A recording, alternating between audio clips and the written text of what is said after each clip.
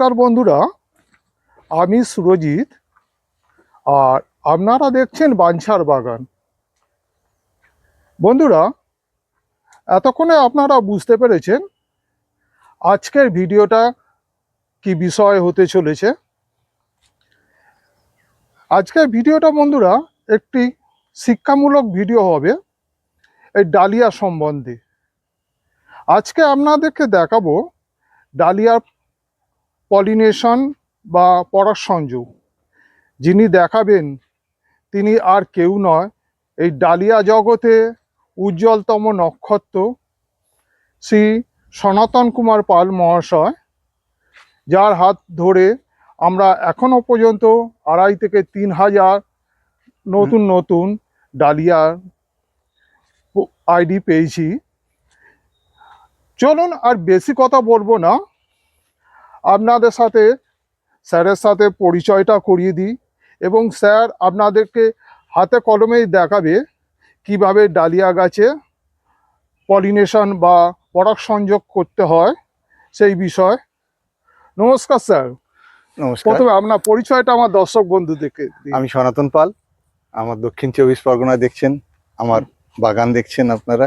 যদিও এটা আমার বাগান বলা ভুল হবে, কারণ আমি নিতাই সামন্তর বাগানে ওনার সহায়তায় এই পলিনেশনের কাজটা করছি। আচ্ছা। আর একটুখানি বলি, একটু সংশোধন করে বলছি, কিছু মনে করবেন না।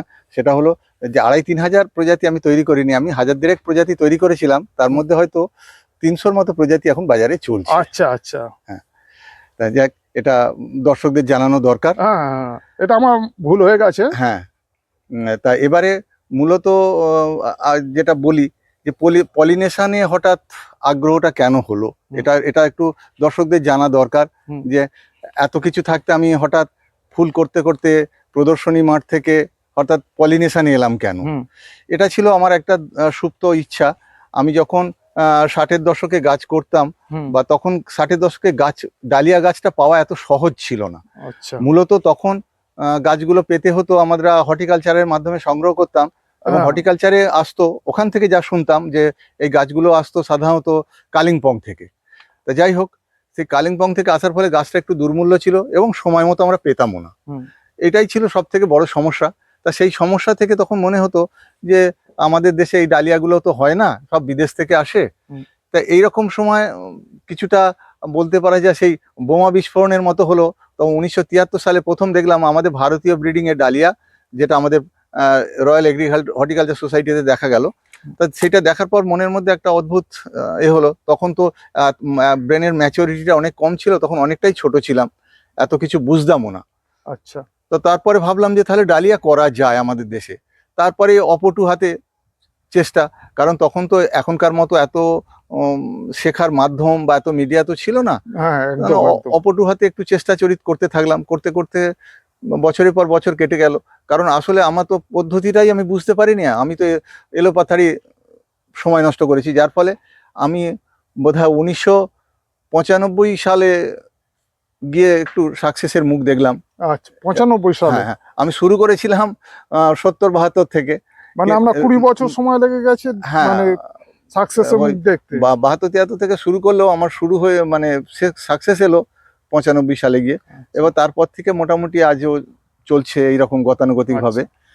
যে পলিনেশন করাটা আমার এখন একটা দাঁড়িয়ে গেছে নেশায়। মানে আমি খাই না খাই, কোথাও যাই না যাই, আমার সবসময় মনটা পড়ে থাকে আমি কতক্ষণে ডালিয়াগুলোর কাছে আসবো, আমি পলিনেশনটা করব, আগামী দিন নতুন কি ভ্যারাইটি আসে। আচ্ছা। আর লোকে আমার কাছে যেন একটা প্রত্যাশা হয়, যে লোকে ফোন করে বলে, স্যার এবছর নতুন কিছু বেরোলো।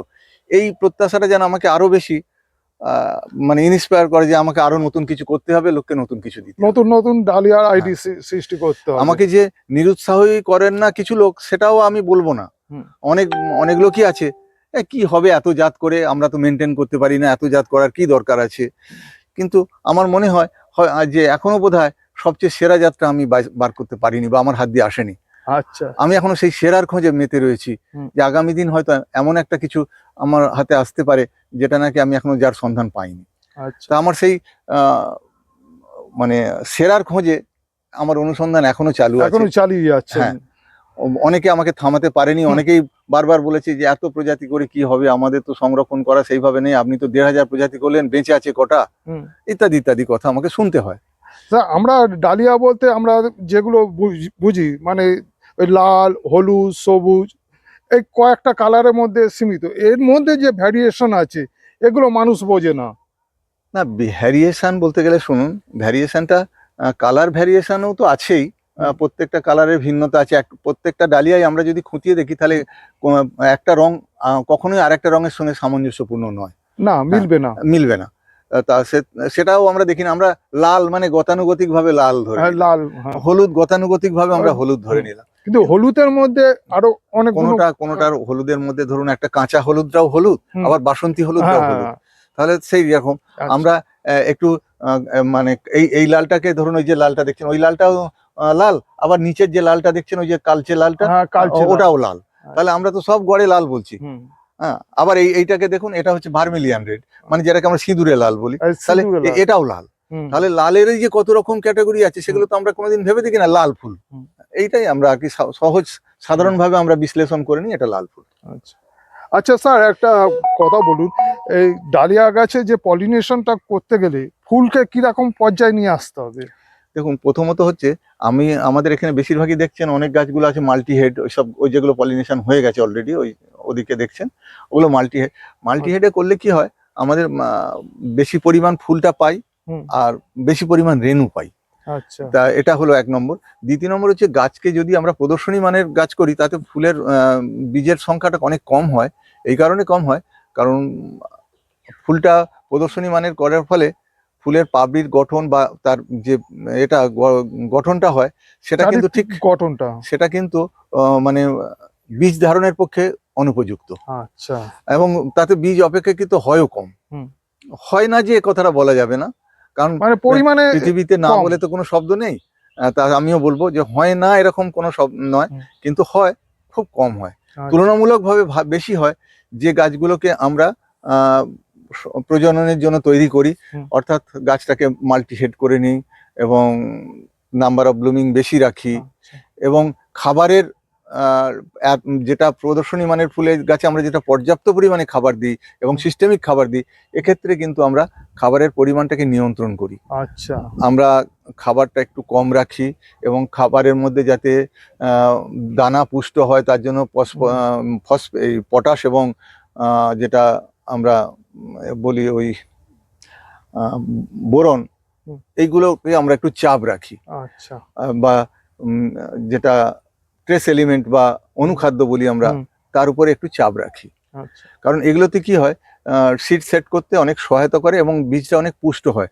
আর বীজটা তো অল্প দিনে তাকে ম্যাচিওর করতে হয়। এই ধরুন আমি এখনো ব্রিডিং করছি, মানে আমাকে মার্চের মধ্যে সমস্ত বীজ কালেক্ট করে ফেলতে হবে।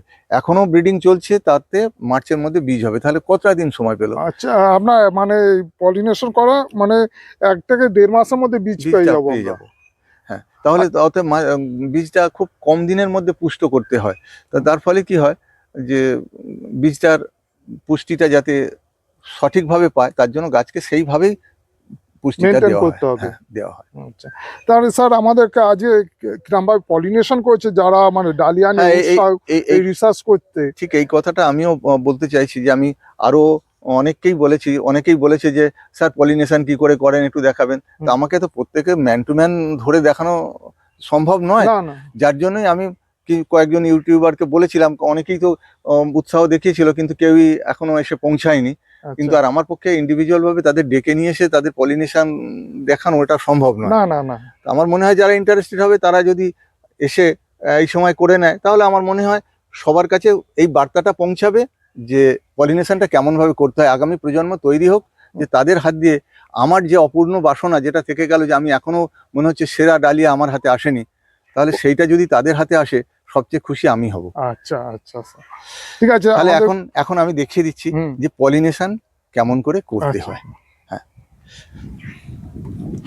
আচ্ছা, প্রথমত হচ্ছে আমি বেশিরভাগই সিঙ্গেল কালারের উপর বেশি করার চেষ্টা করি। তাই এখানে আমি দেখিয়ে দিচ্ছি যে এখান থেকে আমি রেণুটা সংগ্রহ করছি। এই যে পরাগটা সংযোগ, হ্যাঁ, এই যে দেখুন, এই যে হলুদ রঙের যে পরাগটা আসছে রেণু, এই দেখুন, আশা করি মনে হচ্ছে এটা ছবিতে দেখা যাচ্ছে কিনা বুঝতে পারছি না। এই যে রেণুটা উঠেছে, আমরা তো খালি চোখে দেখতে পাচ্ছি। হুম। আরো একটা ফুল আমি দেখছি যাতে রেণুটা বেশি পরিমাণ থাকে। আমাকে রেণুটা দেখাতে হবে হুম। যে রেণুটা কিভাবে আমি সংগ্রহ করি। দেখছি এইটার মধ্যে থাকতে পারে। হ্যাঁ, এইটার মধ্যে আছে অনেকটাই। এই যে দেখা যাচ্ছে, হুম। এই যে জায়গাটা থেকে এই যে দেখুন বন্ধুরা, যে হলুদ অংশটা দেখা যাচ্ছে, মানে পুংকেশরটা, এরকম, এই যে দেখুন তুলির মাথায় দেখুন, এই যে দেখুন এই যে রেণুটা উঠেছে, পুংকেশর লেগে রয়েছে। জাস্ট এই রেণুটাকে আমাকে নিয়ে যে এবার দেখুন স্টিগমা কাকে বলছে, মানে গর্ভাশয়। গর্ভাশয়। দেখুন খুব সহজে এটা এটা আমার ইন্ডিয়ান ফুল, এটা আমার একটা সত্যজিৎ বলে ফুলটা। এই দেখুন এতেও দেখা যাচ্ছে গর্ভাশয়। এই যে দেখুন ফুলের ঠিক কাজে এই যে তিনটে মাথা যুক্ত, এই যে হ্যাঁ হ্যাঁ তো এই জায়গাটায় জাস্ট দেখুন এই লাগিয়ে দিলেই ধরে নিচ্ছে। এই দেখুন, এই দেখুন এই যে ফুলগুলো দেখুন প্রত্যেকটাতে গর্ভাশয় রয়েছে। এই দেখুন, আবার ঠিক এই ফুলটাকে আমি দেখাচ্ছি। এই পাশে দেখুন, এটা হচ্ছে মানে মুলেনার। এই দেখুন এটা হচ্ছে ওই ওয়াই আকৃতির। এই দেখুন, জাস্ট এটাকে টাচ করে করে যাও। মানে কি স্যার, এই গর্ভাশয়টা কি ফুলে একদম এন্ডে থাকবে? হ্যাঁ, এই যে পাবড়ি, এই যে পাবড়ির তলায় থাকছে একদম। হ্যাঁ, এই যে দেখুন পরপর গর্ভাশয়। এই আপনি যদি ফুলটাকে দেখুন, এটা পরপর এরকম গোল ভাবে সাজানো থাকে। আমি পরপর একটা করে লাইন এইভাবে করে করে যাব। এটা হলো মূলত এ করা। এবারে হয়তো আপনারা প্রশ্ন করবেন যে এইটা আপনি কদিন করবেন। আমার এই পাবড়িটা খুলেছে আজকে, আমি এই পাবড়িটা আজকে করব। কালকের এই পাবড়িটা খুলবে, কালকের এটাকে করব। এইভাবে পর্যায়ক্রমে 3 থেকে 4 দিন আমরা যদি এগুলোকে পর্যায়ক্রমে করি, তাহলে কিন্তু আমার এই ব্রিডিংটা কমপ্লিট হবে, মানে সাকসেস হবে। এবং ব্রিডিংটা সাকসেস হলে আমি বুঝতে পারবো কি করে যে এই পাবড়িগুলো সঙ্গে সঙ্গে উইল্ড হতে যেতে থাকবে। মানে সঙ্গে সঙ্গে মানে কি 2-3 দিনের মধ্যেই পাবড়িগুলো উইল্ড হয়ে যাবে, অর্থাৎ ঝিমিয়ে পড়বে। হ্যাঁ, তখন এগুলোকে খুব সহজে তুলে যদি আমি সরিয়ে দিই, তাহলে কিন্তু ফুলটা সংরক্ষিত হয়ে গেল। এবং ফুলটা আমরা কভার করে দিই, অনেক ক্ষেত্রে দেওয়া সম্ভব হয় না, নেট লাগিয়ে দেওয়া হয় মুখে, যাতে আর কোনো নতুন মানে অন্য কোনো পতঙ্গ দ্বারা ওতে পরাগ সংযোগ না হয়। আচ্ছা, সেটাই আমি স্যার বলতে চাইছিলাম, যে এটাকে মানে অন্য কোনো পতঙ্গ দ্বারা যাতে না মানে পরাগ সংযোগ হয়, তার জন্য কি ব্যবস্থা নেওয়া হবে? তার জন্য ওর মুখে একটা নেট লাগিয়ে দিই। নেট লাগিয়ে দিবেন, বা আমরা যদি পলিথিন লাগিয়ে দিই? না, পলিথিন লাগিয়ে দিলে কি পচে যাওয়ার সম্ভাবনা, মানে আমরা মুখটাকে যখন ওইটা এই ফুলগুলো যখন ঝরে যাবে, মশারি টাইপের জিনিস দিয়ে আমরা বেঁধে দিই। আচ্ছা আচ্ছা। আর এটা মোটামুটি 1 থেকে 1.5 মাসের মধ্যে এটা আপনার বীজে পরিণত হয়ে যাবে। এবার ওই বীজটাকে তুলে তারপরে আপনারা আমরা বীজটাকে সংরক্ষণ করতে, বীজ সংরক্ষণ করাটাও একটা ব্যাপার। কারণ মূলত বীজটা যদি বেশি ময়েশ্চার লেগে যায়, তাহলে কিন্তু বীজ নষ্ট হয়ে যায়। আচ্ছা, কারণ এর খোলাটা খুব পাতলা, তো যার জন্য একে খুব সন্তর্পণে সংগ্রহ করে রাখতে হয়। আচ্ছা, এর জন্য আমরা ওই সিলিকা জেল ইউজ করি, বা ডেসিকেটার ইউজ করলে তো খুবই ভালো। যারা একদম গ্রামীণ পদ্ধতিতে করবেন, তারা করবেন কি মুড়ি, উপরে নিচে মুড়ি দিয়ে তার মাঝখানে বীজটাকে রাখুন। আচ্ছা, দিয়ে রাখবেন, খুব ভালো থাকবে। ঠিক আছে স্যার, অনেক ধন্যবাদ এত সুন্দর আমাদেরকে দর্শক বন্ধুদেরকে দেখানো, বা আমাদেরকে পরবর্তী প্রজন্মকে উৎসাহ দেওয়া যে ডালিয়াকে কিভাবে আরো এগিয়ে নিয়ে যাওয়া। তার জন্য আমাদের এই চ্যানেলকে এতটা সময় দেওয়ার জন্য আপনাকে অশেষ ধন্যবাদ। নমস্কার বন্ধুরা। নমস্কার। আজ আমারও ভালো লাগলো। আমার এই সামান্য প্রচেষ্টা যদি কারো উপকারে লাগে, সব থেকে আমি উপকৃত হব। আর আমি চাই নতুন প্রজন্মের হাত দিয়ে নতুন নতুন ফুল আসুক। আচ্ছা স্যার, ঈশ্বরের কাছে প্রার্থনা করি উনি যেন তাদের সহায়তা করেন।